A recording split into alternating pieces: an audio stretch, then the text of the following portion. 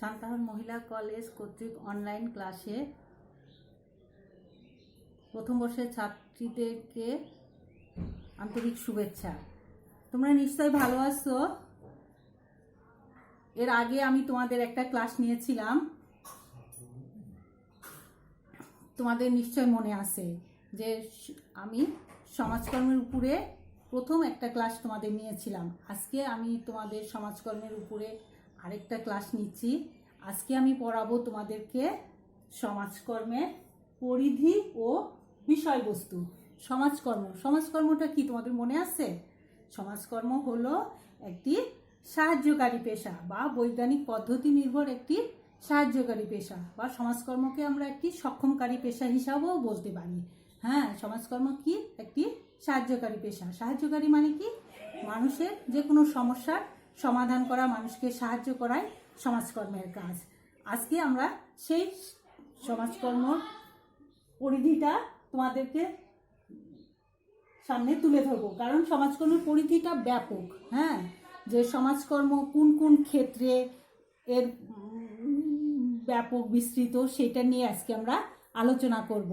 সমাজকর্মের পরিধি ব্যাপক এবং বিস্তৃত। মানুষের সামাজিক সমস্যার সমাধানের লক্ষ্যে সার্বিক কল্যাণ সাধন করাই হলো সমাজকর্মের পরিধি ব্যাপৃত। জাতি, ধর্ম, বর্ণ নির্বিশেষে সকল মানুষের কল্যাণ সাধন করাই হলো সমাজকর্মের পরিধির আওতাভুক্ত। ঠিক আছে? সমাজকর্ম কি? সমাজকর্মের কতগুলো মৌলিক চাহিদা আছে। মানুষের সুস্থ সুন্দর জীবনযাপনের জন্য এসব মৌলিক চাহিদাগুলো খুবই দরকার। যখন এই চাহিদাগুলো পূরণে ব্যর্থ হচ্ছে, তখন মানুষ কি করতেছে? মানবতার জীবনযাপন করতেছে।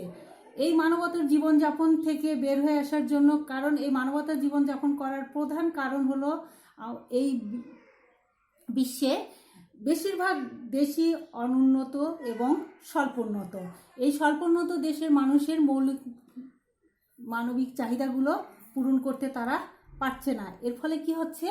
তাদের বিভিন্ন রকম সমস্যার সৃষ্টি হচ্ছে। এই মৌল মানবিক সমস্যাগুলো সুষ্ঠুভাবে সমাধানের পাশাপাশি তাদের জীবনযাপন উন্নয়নের লক্ষ্যে এবং সুন্দর জীবনযাপনের জন্য সমাজকর্ম কী করতেছে? বিভিন্ন রকম কল্যাণমূলক কাজ করে যাচ্ছে, যেগুলো তাদের জীবনকে, তাদের উন্নয়নে গুরুত্বপূর্ণ ভূমিকা পালন করতেছে। আজকে আমরা সমাজকর্মের যেসব বিষয়গুলো বা যে ক্ষেত্রগুলো আমাদের কল্যাণ করতেছে বা আমাদের উন্নয়নে সহায়তা করতেছে, সেই ক্ষেত্রগুলো আমরা প্রথমে তোমাদেরকে জানাবো। সমাজকর্মের বিষয় এবং পরিধির কোন কোন ক্ষেত্রগুলোর মাধ্যমে আমরা সমাজের মানুষের সাহায্য সহযোগিতা করতে পারবো, সেই সম্পর্কে আজকে একটু ধারণা দিব। প্রথমে আমরা সমাজকর্মের বিষয়বস্তু বা পরিধি সম্পর্কে, প্রথম হলো মানুষ কি সমাজবদ্ধভাবে বাস করে। সমাজবদ্ধ মানুষ। এক নম্বর হলো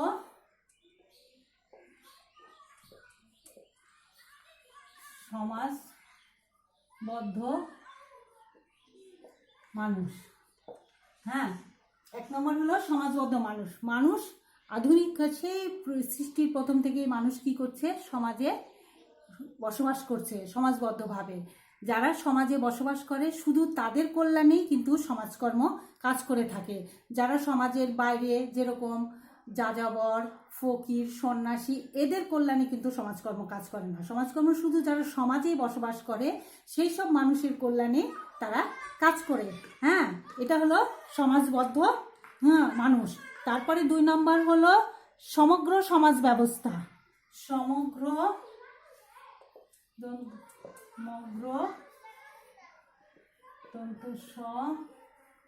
সমাজ ব্যবস্থা। সমগ্র সমাজ ব্যবস্থা। সমাজকর্মের মৌলিক কিছু বিষয় আছে। সমাজের কিছু মৌলিক বিষয় আছে, যেমন সমাজ কাঠামো, সমাজের রীতিনীতি, প্রথা, তারপরে পরিবার, গোষ্ঠী, তারপরে সংস্কৃতি, তারপরে পারিবারিক দর্শন। এইগুলো কি সমাজের কতগুলো মৌলিক ধারণা। এই ধারণাগুলো সমাজকর্ম পরিধির কিন্তু আওতাভুক্ত। এই পরিবার, তারপরে হলো মানুষের আচরণ, এগুলা নিয়েই কিন্তু সমাজকর্ম, তারপরে গোষ্ঠী, এগুলা নিয়েই কিন্তু সমাজকর্ম সবসময় আলোচনা করে থাকে। কারণ সমাজকর্মের বিষয় হচ্ছে সমাজের মানুষের বা সমাজের সমস্ত মানুষের কল্যাণ সাধন করা। এই জন্য সমাজ কি করতেছে, সামগ্রিক দিক বলতে, সমাজের সামগ্রিক সমাজ ব্যবস্থা বলতে আমরা সমগ্র সমাজ ব্যবস্থা বলতে আমরা সমাজের এই দিকগুলাকে বলবো, যে সমাজের রীতিনীতি, সমাজ কাঠামো, তারপরে মূল্যবোধ, পরিবার, গোষ্ঠী, তারপরে আরেকটা কি আছে, মানুষের আচরণ, এইসব সম্পর্কে সমাজকর্ম কি করে আলোচনা করে থাকে। প্রত্যেকটা সমাজেরই সমাজকর্মীরা কি করে, সমাজের সাহায্যকারী সমাজকর্মী, সমাজ থেকে এই সমাজকর্মে যেসব সাহায্যকারী সমাজকর্মী আছে তারা এই সমাজ থেকে বিভিন্ন জ্ঞান অর্জন করে তারা কি করে, সমস্যাগ্রস্ত মানুষগুলোকে সাহায্য করে থাকে। এই জন্য এই সমগ্র সমাজ ব্যবস্থাকে আমরা সমাজকর্ম পরিধির আওতাভুক্ত করতে পারি। তারপরে 3 নম্বর হলো কি, সমাজকর্মের ইতিহাস ও দর্শন। সমাজকর্মের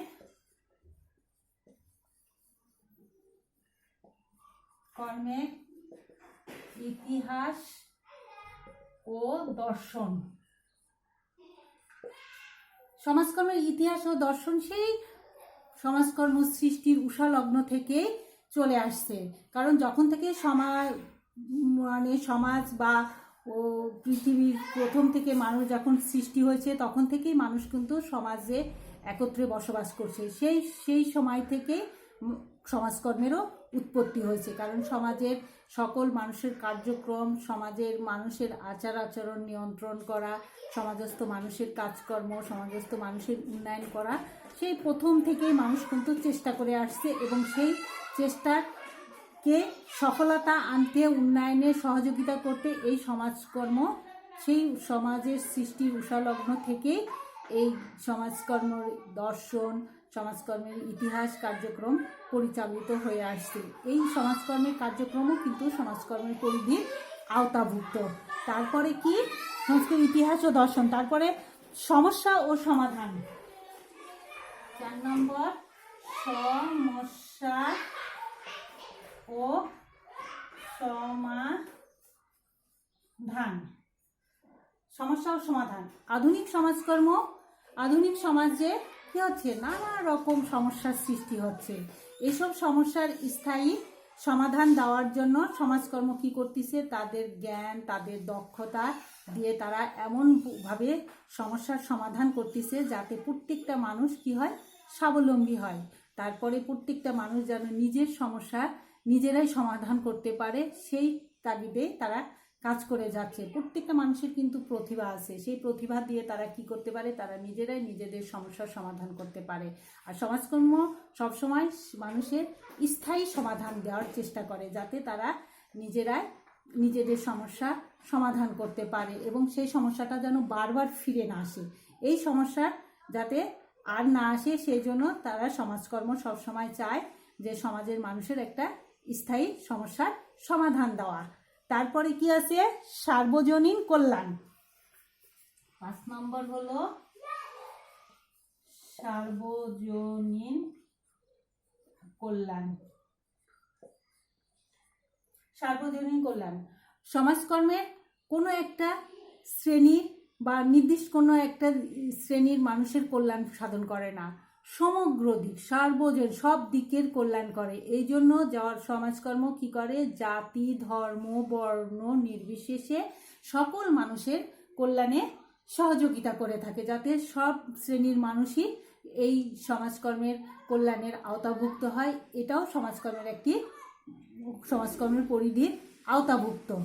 সার্বজনীন কল্যাণ। তারপরে আছে কি, সামগ্রিক দিক। 6 নম্বর হলো সামগ্রিক দিক। সামগ্রিক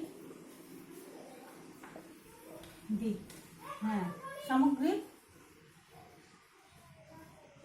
সামগ্রিক দিক। তোমরা লিখে নিও।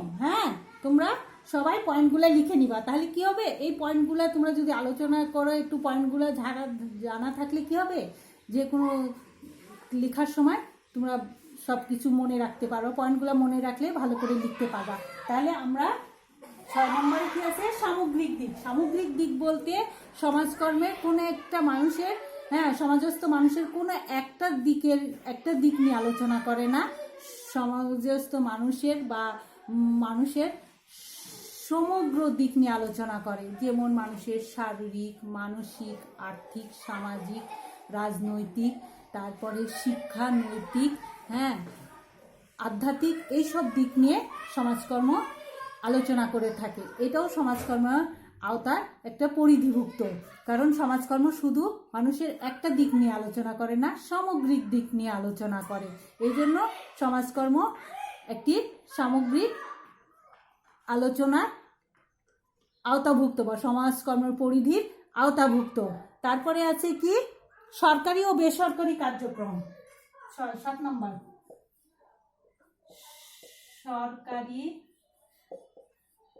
ও বেসরকারি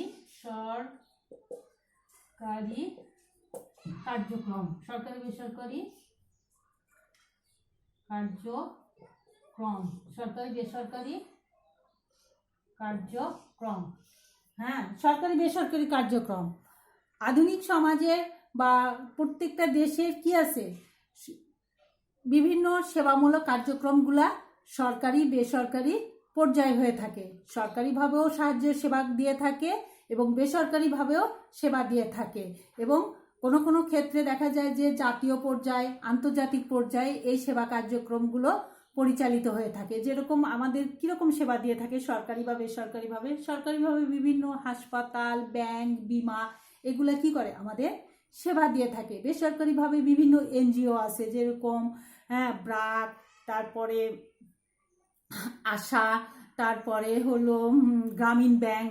এই যে এইগুলো বেসরকারি, এগুলো কি করতেছে? মানুষের কল্যাণে বিভিন্নভাবে তারা সেবা দিচ্ছে। এবং জাতীয় পর্যায়ে অনেক সেবামূলক সংস্থা আছে, এবং আরও কি আছে? আন্তর্জাতিক পর্যায়ে আছে, তোমরা আরও পরে যায় পড়তে পারো। আন্তর্জাতিক পর্যায়ে আছে যেরকম ইউনিসেফ, তারপরে হলো ইউনিসেফ আছে, ইউনেস্কো আছে, তারপরে হলো WHO, ওয়ার্ল্ড হেলথ অর্গানাইজেশন। এগুলো কি করতেছে? এই আন্তর্জাতিক সংস্থাগুলো সেবা দিয়ে থাকে। এই সমস্ত সেবাগুলোই সমাজকর্ম কার্যক্রম পরিধির আওতাভুক্ত। এগুলো সমাজকর্মের মাধ্যমে আওতার মধ্যে পড়ে, যে সরকারি বেসরকারি সেবা কার্যক্রমগুলা। তারপরে আছে কি? ত্রিবিধ ভূমিকা। 6, 7, 8 নম্বর হলো ত্রিবিধ ভূমিকা। ত্রিবিধ ভূমিকা বলতে সমাজকর্মের স্থায়ী সমস্যার সমাধানের জন্য 3টা ভূমিকা খুব গুরুত্বপূর্ণ ভূমিকা পালন করে। যেরকম 1 নম্বর হলো প্রতিকার, 2 নম্বর হলো প্রতিরোধ, 3 নম্বর হলো উন্নয়ন। এই 3টার মাধ্যমে কি করে?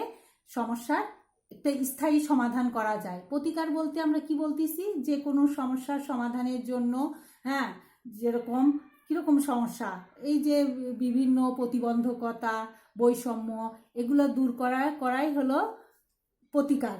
যেরকম চিকিৎসা, তারপরে নিরোগ চিকিৎসার মাধ্যমে মানুষের কি করা হয়?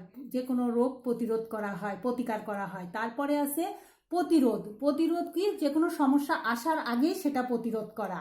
আর উন্নয়ন হলো যে কোনো দেশের আর্থসামাজিক উন্নয়ন বা দেশের প্রবৃদ্ধি বৃদ্ধি, দেশের বৈষম্য হ্রাস করা, এগুলো হলো উন্নয়ন। এই 3টা কি করতেছে? এই 3টা মিলেই হচ্ছে ত্রিবিধ ভূমিকা, প্রতিকার, প্রতিরোধ এবং উন্নয়ন। তারপরে আছে কি? সমাজকর্ম পদ্ধতি। 9 নম্বর হলো সমাজকর্ম পদ্ধতি। সমাজকর্ম কি করে? সবসময় পদ্ধতির মাধ্যমে মানুষের সেবা করে থাকে। সমাজকর্ম মানুষের